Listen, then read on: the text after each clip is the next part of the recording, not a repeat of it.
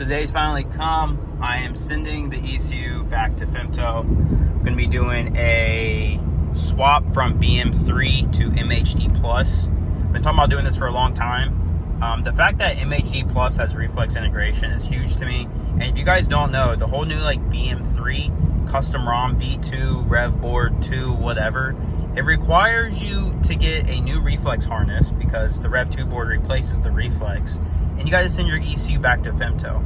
So I don't know, in my eyes that just doesn't really make any sense. Like at that point, just swap to MHD Plus where all of that is in the factory ECU and the reflex. But I don't know, that's just me. So it's been a few days since the last video you guys saw.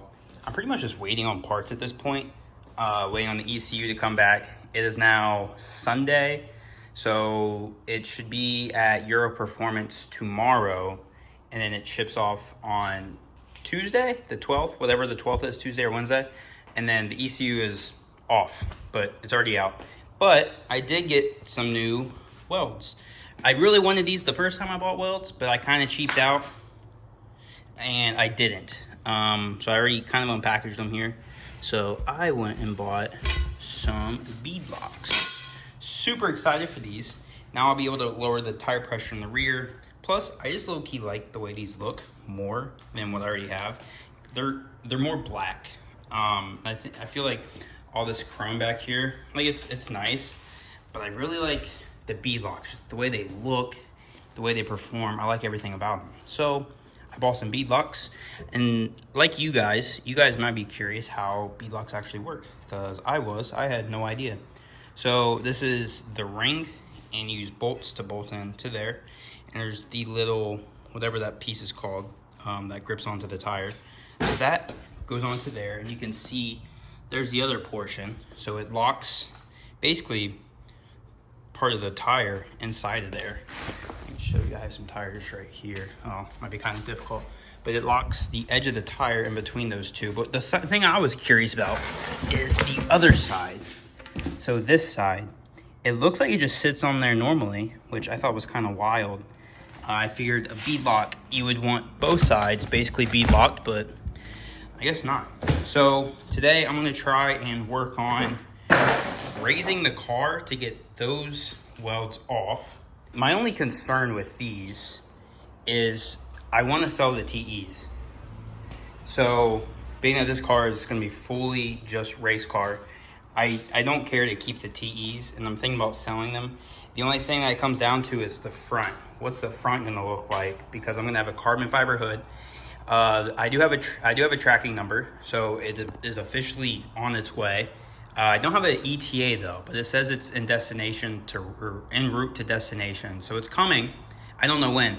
My only thing is I don't know what the car is going to look like with a carbon hood, fenders, the big spoiler, the welds or the bead-locks in the rear. I don't know if it would look okay with the stocks in front, because I have the stocks in the race boxes with the stocks in front, or if I need to run skinnies of the welds in the front. I don't know. If you guys can comment down below what you guys think I should do. I got the wheels and tires loaded up in the 86. Unfortunately, I'm only able to get one in here. And then, so this is the weld with the tire on it. In the trunk, I got the new drag pack. So on the way to drop these off, ironically, a paint and body store is doing my radials for my bead-lock. Oh, look at these things. They got some builds. That thing's fresh. Oh my gosh.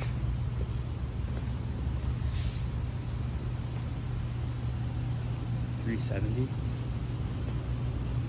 know what they're doing to this thing. Needs a fat turbo right there. It's $370. Carbon. Back at the garage, the bead-locks are dropped off.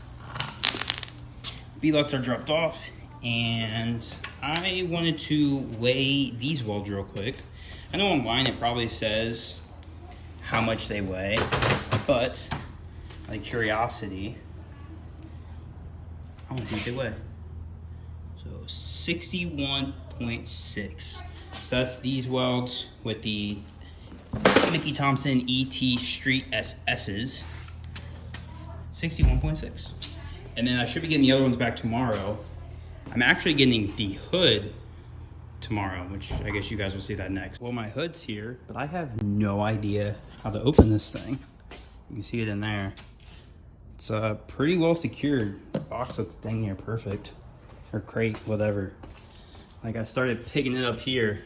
I don't even know if that's gonna do anything. This is gonna be real fun.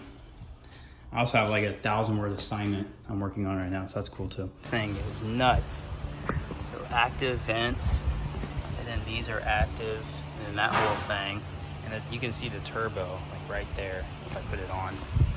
All that has like a protective shielding on it. You can see.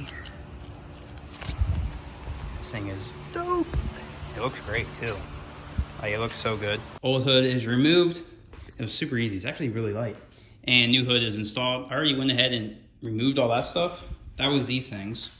So it's kind of cool. So it basically just protects it from the water intruding and whatever. Being that this is a daily, I don't really care. I'm just gonna always have them off.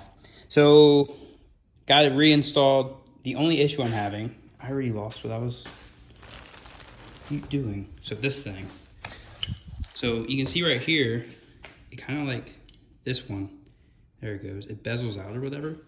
Well, it doesn't really go in. It's too big. So unfortunately, I have to drill into my $2,000 carbon fiber hood. I'm gonna use that one little thing I used last time, this, and it looks like if I go at it, that second step right there would be perfect. It's just barely a step up. So that's what I'm gonna do. And hopefully everything goes good and I don't go through the carbon hood and puncture it. So when I install the hood, I noticed one little deficiency right here. Unfortunately, it's in the very front and you can see it's like chipped. And then I did notice right here, but I believe that right there just be polished off. But besides that, it looks great. I haven't closed the hood all the way because I wanted to get everything else installed. Got this one installed, relatively simple. I used that thing, and then I went behind and did this one just so I could get it better, and that one's good. Now I did this one, but this one's not working out so well. You can see where the bolts go in. It's not aligned at all. So now I gotta like do something here to try and get these to line up good, but it'll still latch into this. Sick. The hood is installed and it's fully adjusted as best as I can do. For some reason, I've always had, not this side, ever since I did the headlight delete, I need to adjust this side because right here, I get the worst gap. And it was like that even on the stock hood. So you can see here, that's how much like ventilation I have. Over there's vents, all of that's a vent. Like, it's wild. There's so much vents on this, which is great. So I'm gonna close this real quick, show you guys. Oh. There we go. It's a very tight fit. I probably need to adjust this one just a little bit more so I can get it on. But around here is good. That right there's that little spot I told you guys about. It's kind of frustrating, but I might be able to get that fixed. I don't know how, but the people that did my spoiler, there was actually something very similar to that and they fixed it and you can't even tell. So right here, fitment, pretty good. Fitment right here has always been kind of whack because of these fenders. These fenders just had terrible fitment from factory. Right here is pretty good. Up here is a little more than down here. So I might still play with that a little bit. Going over to this side, you can see this side is significantly more. Like I can stick my whole finger in there. And then again right here, but again, this was really bad. These fenders just didn't fit. This is like dang near perfect. Like everything about that's fantastic. So to look inside the vents, because I'm sure it's what everybody wants to see now. That's nuts. So blow off valves right there. See everything, the turbo, my catch can. So now that I got the PCV deletes that can vent and my inside my cabin won't smell bad like oil. If you guys noticed, I took off the little piece that was right there covering the brake booster assembly. I took that off because if you guys know, I have a catch can that goes to the oil cap and it's like right here. So with that installed, it blocked off this whole thing. So now with that removed, that should help vent out some of that. Because these right here, like, they don't really go anywhere. like, cause you got your fender and then you got like that wall that's right here. So they don't really help a whole lot. I think they're there just more for appearance, but this thing is nuts. I could probably, like I said, I could probably work on fitment just a little bit more, but we'll see. I got a lot going on right now with the car. Front lip I'm kind of weary about, kind of thinking about going a different front lip route. But again, we'll have to see it when it's on the ground because there's just a lot going on right now. Anyways, that is it for the carbon hood. That part's installed. It is Tuesday now, the 11th. So that means tomorrow my ECU is officially leaving Euro Performance to go over to Finland. So then we are getting very close to doing what we need to do. Wow, that is really close. That's actually touching my fuel line right there. It's actually touching. Huh, have to look at that. Yeah, so my ECU is finally going to Finland. Something to know when it came to fitment of basically the factory things. Like I noted before, these didn't really fit very well, especially this one. This one I ended up taking a drill and basically drilling out the holes for this, like substantially. I think I went all the way up to, let's see here, pretty much my biggest size here, the 3/8. And it actually took quite a bit of work to do that because it wasn't that big. So I had to drill those holes out significantly, just to be able to get those in. The windshield washer fluid, these don't fit very well, like not at all. So I'm gonna have to drill out more of that. I guess just a hair, just enough to fit those in there. When it came to the hardware to mounting it, I wasn't really a fan of this. These washers aren't very big, and you can see right here, that's an open spot. And then on this one, this is open down here. And this is to make it fit, like, to the car. So, and I mean, it's same on this side, obviously. You came from these big, massive bolts that covered the whole thing now to these little things. So I'm not a fan of that either. I don't know, maybe I'll get bigger washers, but we'll see.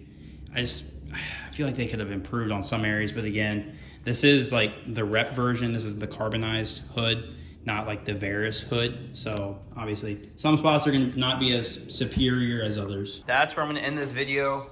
A whole lot's going on with the Supra right now. Obviously got a carbon hood, bead-locks are coming, ECU's coming back, so I'm finally get retuned. I need to fix some of this fitment stuff, like right there, and this headlight. Ever since I did that headlight lead, man, it's just not fitting right.